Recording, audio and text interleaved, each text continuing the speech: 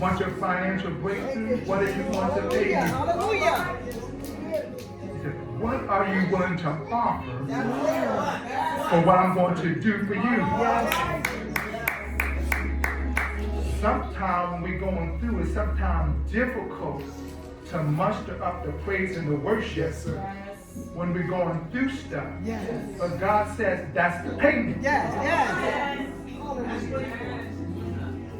And the more you pay me, the more you get to me, the more I'm able to move on your behalf because you're paying me to do something in your life. Thank you, Lord. Hallelujah. It's like going somewhere. One person gives you $1, and the next person gives you $5, and the next person gives you $10, and the other person gives you $100. Which one are you going to go to? 100. Especially when they all have the ability to give you the 100. See that? So it's not like they don't have it to give. It's that they don't feel like giving God what He requires. Thank you, Lord. Hallelujah. What we want from God is not free. You have to pay for it. And He says, what you're giving me really is not difficult or much of a sacrifice for you to do. That's right.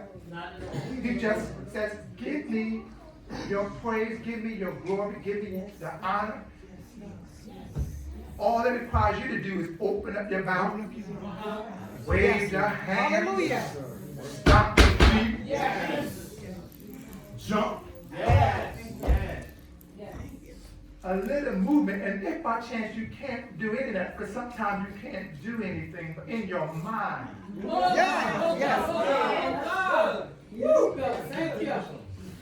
can say, thank you, Jesus. Thank you. Yes, God. Yes. Hallelujah.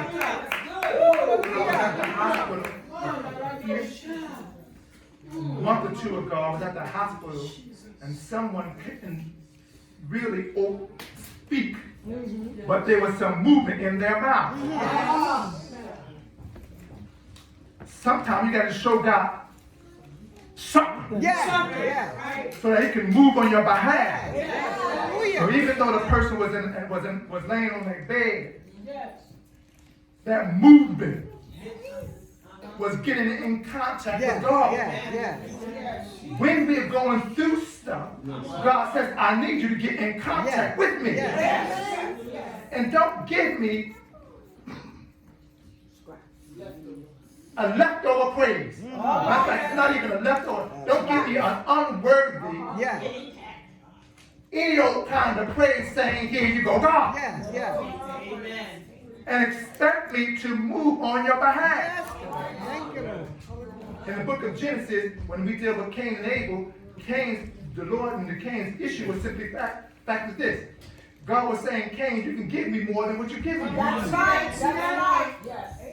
It's like you're giving me your scraps. The stuff that's been rotten, unused, stuff that you're not even going to use. If you give it to me, and you want me to bless you, when you can give me the bless that you have, and I'm going to bless you with even more. When we want the living from God, God says, give me your best. Hallelujah. So that I can move on your behalf. And as believers, if we stay in the praise and praise mode, in a worship mode, because the word tells us pray without ceasing. So that means if we stay in that mind frame, being what we said, God conscious.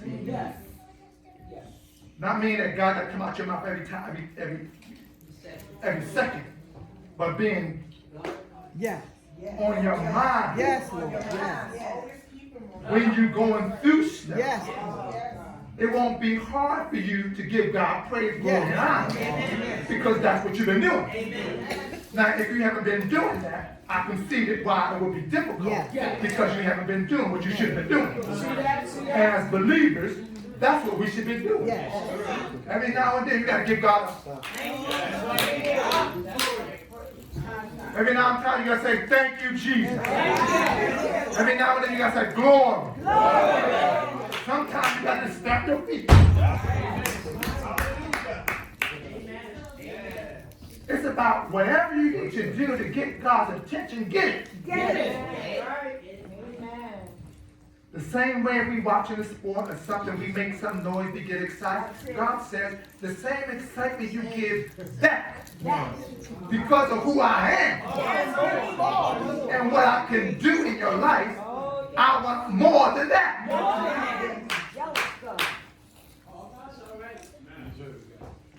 I have on my tablet there's a game that I play, and I play it often.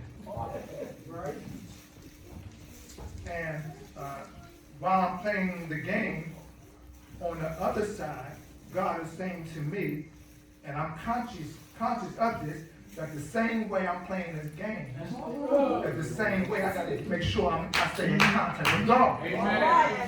God ain't telling me to put away the game. God is making sure. He said, what they saying? What are you doing that? That's right. Give me the game. Don't cheat me because of the game. Because the game is not going to do for you what I can do. So I'm going to do more for you. Why are you giving me less? And this, the game can't do nothing. The game can't heal me. The game can't work on my finances. The game can't help me spiritually. The game can't do nothing but take up my time. So if I'm going to give my time to something, God says, give me your time, which is going to pay benefits. Yes. You're investing in yourself. Like having a savings account. They say you're investing in you. Yes. Rather than investing in going to the store, buying this and that, that is not profitable for you. So God says, invest in me. Give me, I like that. Give me your time. Because time waits for no man. And because time waits for no man, that means it's constantly moving. And what we don't want to have happen is, after we spend all our time playing the video game, well,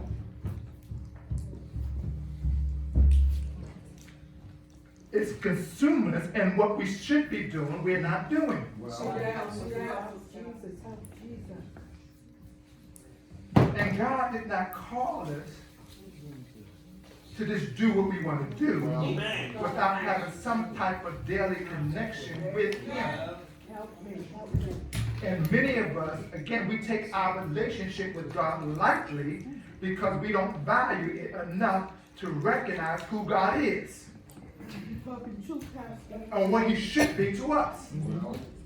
And when Moses asked, who shall say you are? And he says, tell him I am. That means the God that we serve is the I am God.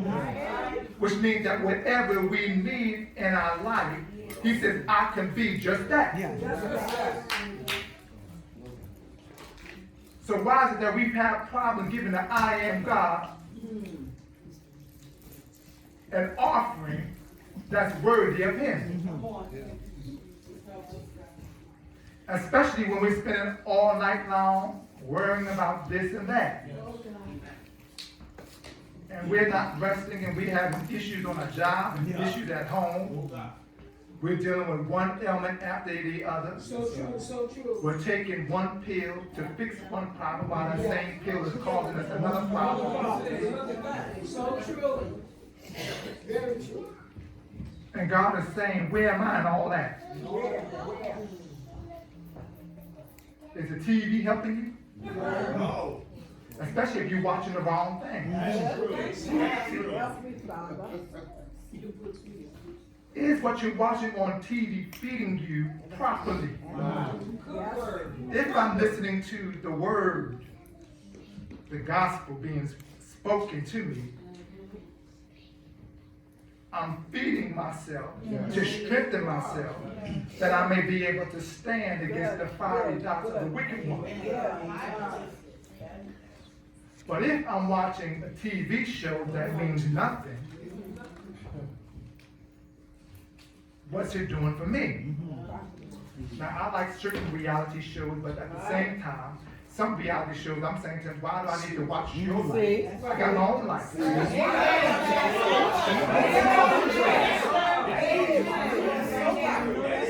That's why I try not to get cooked on that stuff, because it don't benefit me. Matter of fact, there's only really 2 reality shows that I really, well, 3, and I do watch Survive, so I like the way it is. Me too. I do watch Big Brother for some reason, I got hooked on it. And I watch Amazing Race. Yes. But all that other junk, I try to leave aside because like, what does it benefit me? I don't need to go about this housewife and that housewife.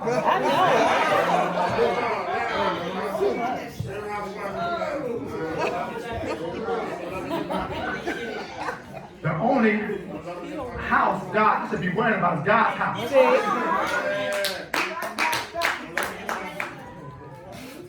And the true reality is, what am I doing relative to my relationship with God?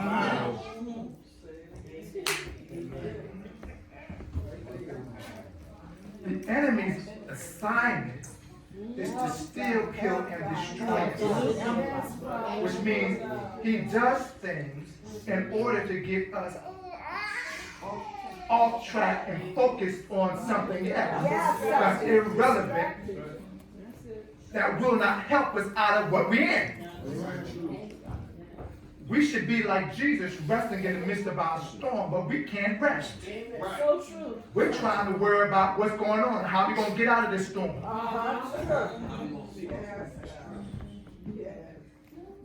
How are we going to fix what we're in? Rather than realizing that if we gave it to God, He would fix it for us.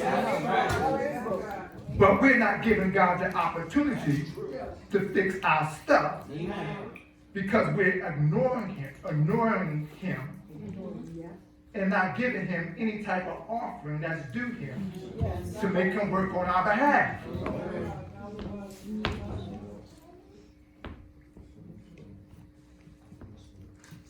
An offering. Glory.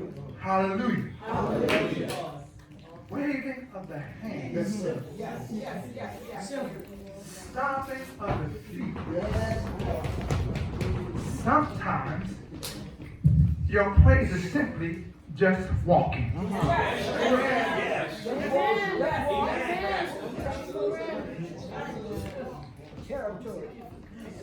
Because as you walk, God is moving. Yes, sir.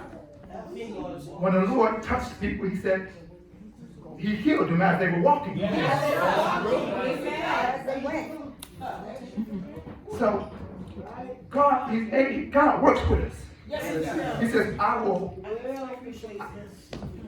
do things that may seem small, that will be an offering to me, that will be effective. Even though it may not seem like it, it's doing a whole lot of damage. It may seem like nothing. But God told Moses, as long as your hands are up.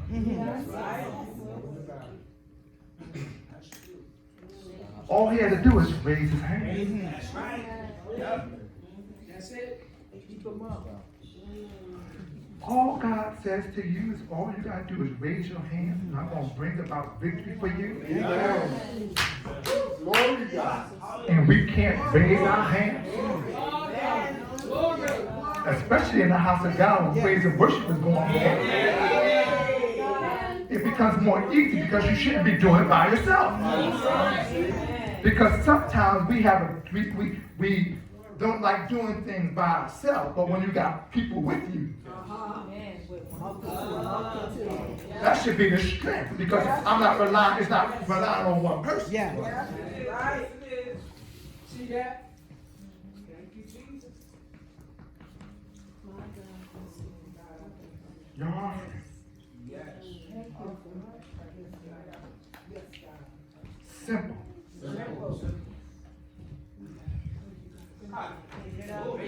Hallelujah.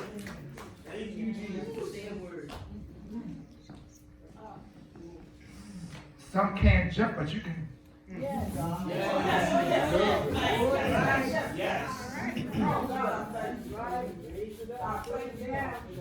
Matter of fact, it serves a twofold purpose because while you're marching at the beat of God's music, as your feet hit the ground, you're stomping on enemies.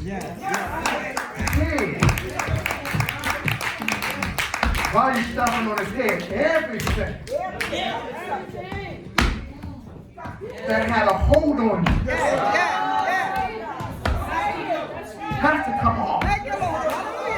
Why? Because there's movement in your feet. And you're putting things under your feet.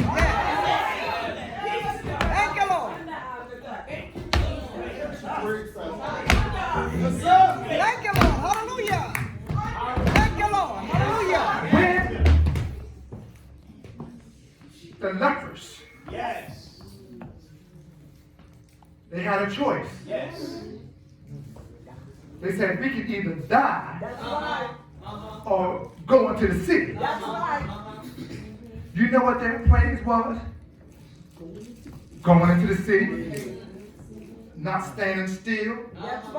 And while they were walking, all the enemy heard was this.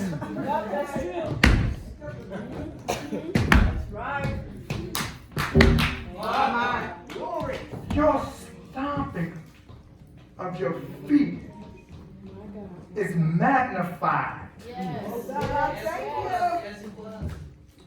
So it may seem like nothing, but it's doing a whole lot of damage.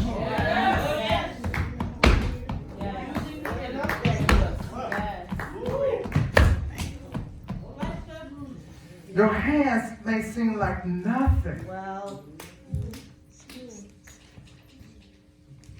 But God says, as long as your hands are up. Yes. Hallelujah. Yes, sir. And he says, when your hands go down, you're going to have trouble. But as long as your hands are up. Thank you, Lord. Hallelujah.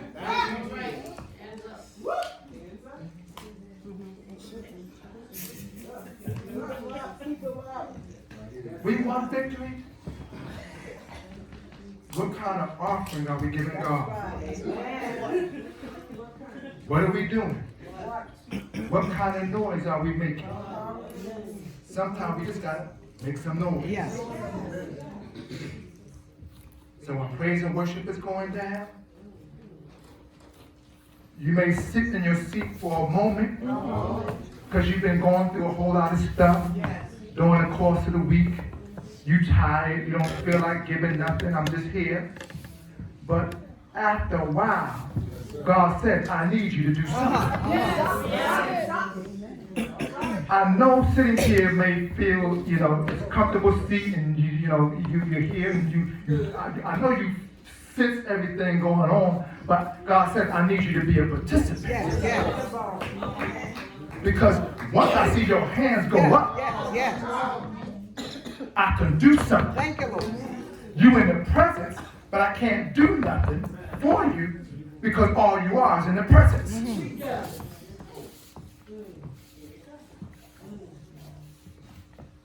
God's not looking for an excuse. The man at the pool of Bethesda had given him an excuse. He's not looking for an excuse. He's looking for you to do something. If you know the water's being troubled, get in the water. Why? Because that's God moving. And even if the Lord's only going to heal one person, the first person get in the water, understand. Be in anyhow. Because if you're in the presence of God's anointing and power, you don't know what may pass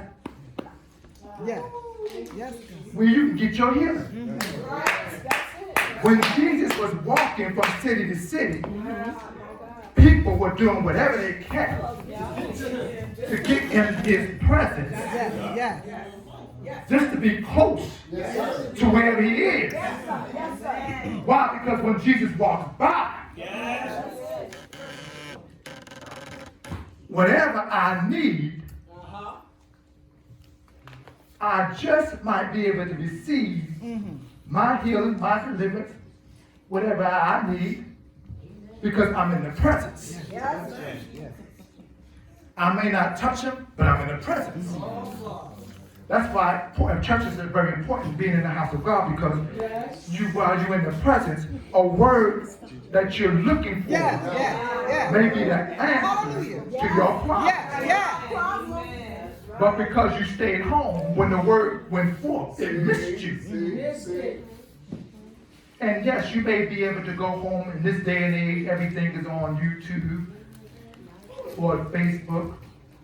So you may be able to get something, but it's nothing like being in the presence.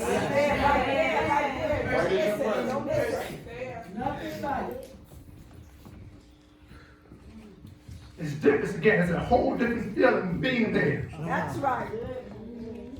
A few months ago, again, I was taking my daughter someplace on a monthly basis, and I really didn't want to go. I mean, because again, we had to go, and we had to go early during the daytime and sit around and wait and all this other stuff. And I necessarily wouldn't do that. I said, but I couldn't convince her not to go because she said it's about being in the presence. Okay. We got to be in the presence. Yes. Yeah, I can watch it on YouTube, but it's about being in the presence. Yes. Being in the presence is an offering to God. Yes. Especially when I'm going through stuff, being in his presence, I said, I'm glad you made it. Yes. But now that you're here, I need you to do some more. I need you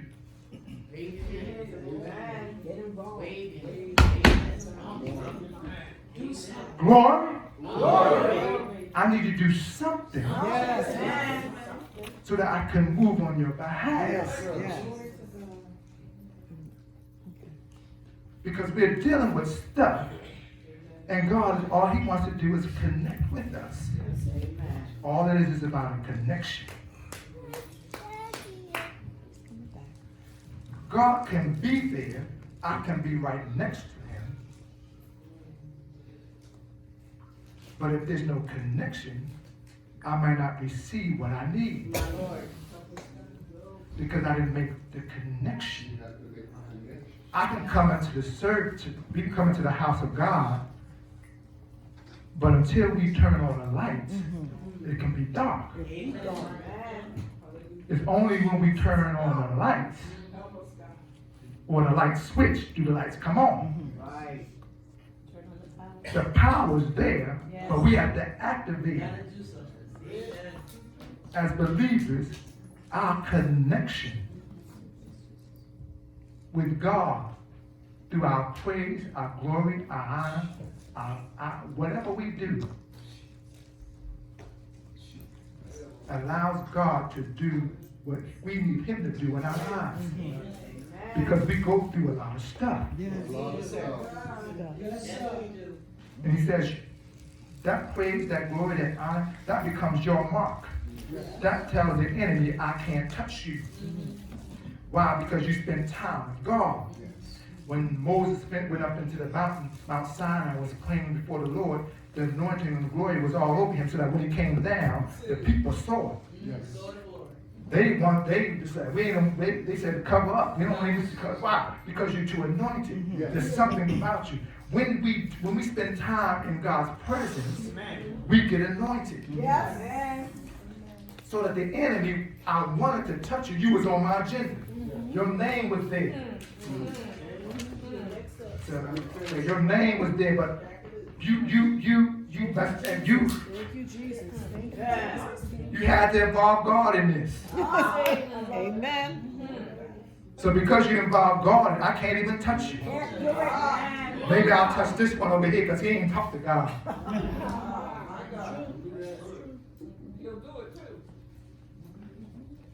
Why? Because when the enemy comes, he coming for somebody. which is also when you talk about being in the house of God, understand, when we come to the hospital, because the church is the hospital, that's the place where you get your healing, your deliverance, you being set free. When you come here, you dropping stuff off. Yes, sir. Now, when stuff is dropped off, stuff don't like being dropped off. Stuff says, I came with somebody. I want to leave with somebody. You trying to drop me off at a place where I'm going to die. Stuff dies at the altar.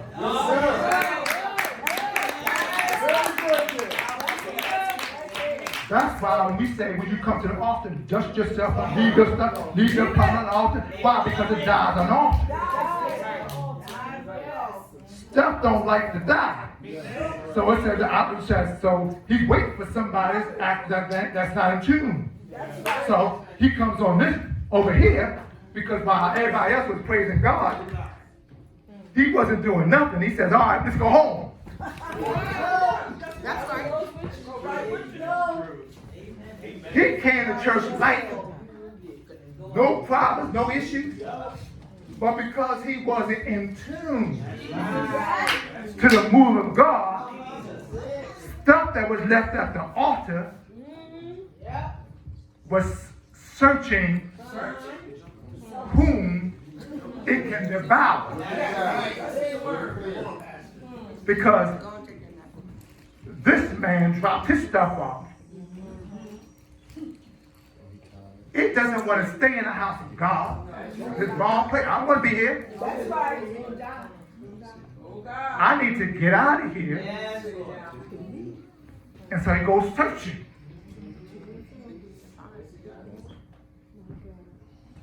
And the minute he sees somebody